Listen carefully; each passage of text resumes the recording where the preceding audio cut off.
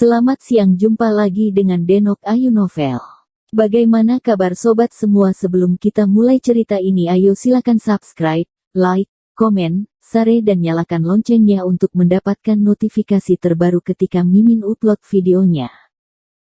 Cantik terlihat jelek, bab 102 insiden Gabriel. Pada saat ini di Ningga Group, Nona Gabriel, Devan benar-benar belum datang. Kamu agak siang baru datang saja. Dylan melihat Gabriel yang tidak mau pergi dan tetap berdiri di depan ruang direktur. Gabriel menganggukkan kepalanya dan tersenyum dengan kasihan. Aku tahu. Aku akan tunggu dia di sini. Aku datang untuk membahas dengan Devan bagaimana menjawab pertanyaan di acara wawancara wartawan nanti.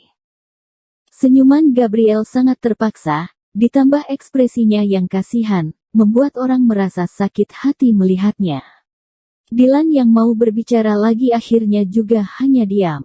Di dalam ruang sekretaris sudah ada beberapa orang yang menoleh ke sini. Dylan menoleh ke mereka dan meliriknya, baru mereka berhenti melihat ke sini. Tetapi mereka sudah mulai menggosip dengan suara kecil. Apakah kamu mendengarnya? Direktur Devan sepertinya mau membatalkan perjanjian pernikahan bersama Nona Gabriel.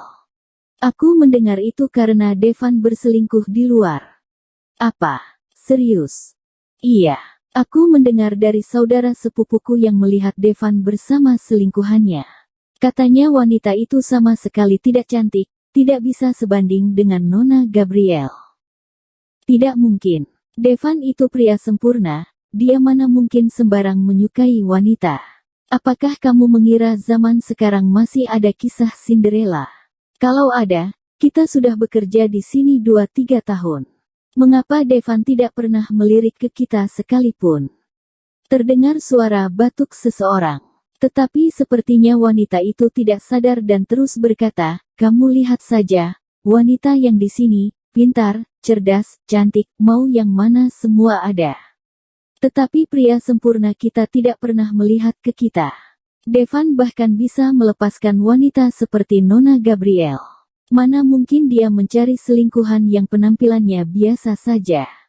Devan berdiri di jarak beberapa meter dari mereka. Devan menekan bibirnya dan melihat ke orang-orang tersebut dengan wajah ekspresi yang sangat tidak senang.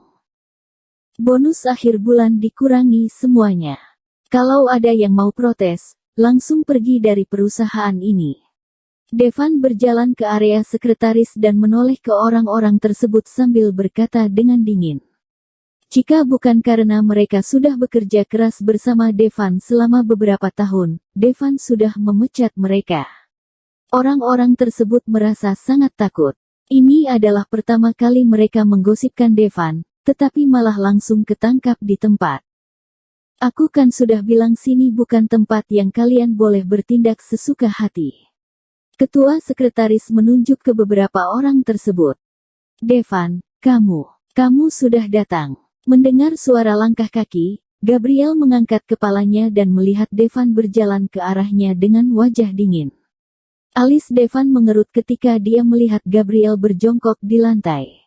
Devan mengulurkan tangannya dan menarik Gabriel, mengapa tidak menelponku sebelum kamu datang? Devan meletakkan jarinya di atas gagang pintu dan setelah itu, pintu ruangannya terbuka.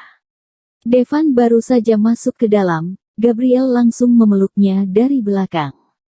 Melihat Devan mau melepaskan tangannya yang berada di pinggang Devan, Gabriel memeluknya semakin erat dan berkata dengan lembut, Devan, biarkan aku memelukmu untuk terakhir kalinya.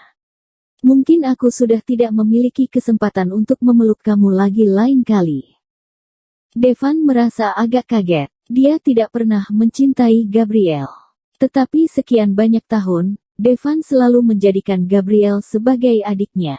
Hatinya merasa sedih ketika dia melihat wajah Gabriel yang dipenuhi dengan air mata.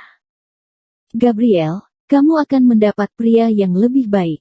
Jika kamu tidak ingin menghadiri acara wawancara wartawan pada sore nanti, aku akan menyuruh orang lain berbicara untukmu.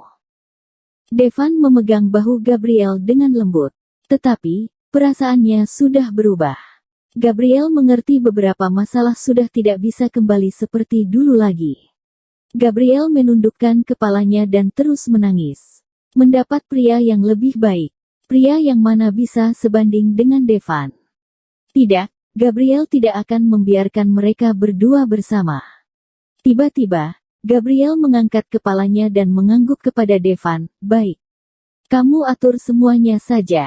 Kalau begitu, nanti sore kamu menyuruh orang lain berbicara untukku saja." Setelah itu, Gabriel memutar balik badannya dan berjalan keluar dengan ekspresi yang melamun. Devan ingin mengulurkan tangannya dan menarik Gabriel. Gabriel menoleh ke Devan dan memberinya sebuah senyuman yang ringan. Gabriel menghindari tangan Devan dan keluar dari ruangannya. Setelah Gabriel pergi, Dylan memasuki ruangan Devan. "Devan, aku merasa Gabriel sepertinya agak aneh ketika dia berjalan keluar." Devan melihat ke Dylan beberapa saat dan tiba-tiba tatapannya tenggelam. Dia meletakkan pena yang berada di tangannya dan berlari keluar. Setelah itu, ada suara teriakan dan suasana menjadi sangat berantakan. Dylan yang mengikuti di belakang Devan juga merasa kaget melihat kejadian itu. Dylan menoleh ke Devan dan menyadari dahi Devan ada keringat yang mengalir. Karena Devan berkata bahwa dia akan pulang makan malam hari ini, Sherin sengaja pergi ke pasar yang sangat jauh untuk membeli seafood. Tetapi Devan tidak muncul ketika Sherin menunggu sampai semua lauk sudah menjadi dingin.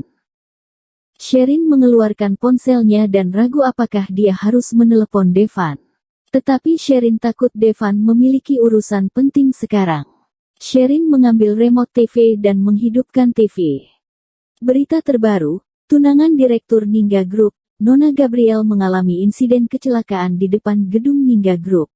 Ada yang menjelaskan kecelakaan ini terjadi karena kondisi mental Nona Gabriel yang kurang baik. Nona Gabriel sudah diantar ke rumah sakit sekarang. Sherin berdiri dan remote yang berada di tangannya jatuh ke dalam gelas air yang berada di atas meja. Depan pintu ruang operasi rumah sakit. Ayah Gabriel berjalan sana-sini di depan pintu ruang operasi dengan tatapan tenggelam. Devan berdiri di depan pintu ruang operasi dan tidak bergerak sama sekali. Di sudut, ada seorang wanita yang memiliki rambut panjang sebahu. Wanita itu memakai topi dan tidak bergerak juga. Wanita itu memakai masker dan menundukkan kepalanya, tidak ada yang bisa melihat wajahnya. Seiring berjalannya waktu, ekspresi wajah setiap orang menjadi semakin tidak bagus. Akhirnya, pintu ruang operasi terbuka. Bersambung. Terima kasih kepada kalian yang telah menonton video ini. Jangan lupa tekan tombol subscribe-nya dan nyalakan notifikasinya untuk mendapatkan video-video seru lainnya dari Denok Ayu Novel.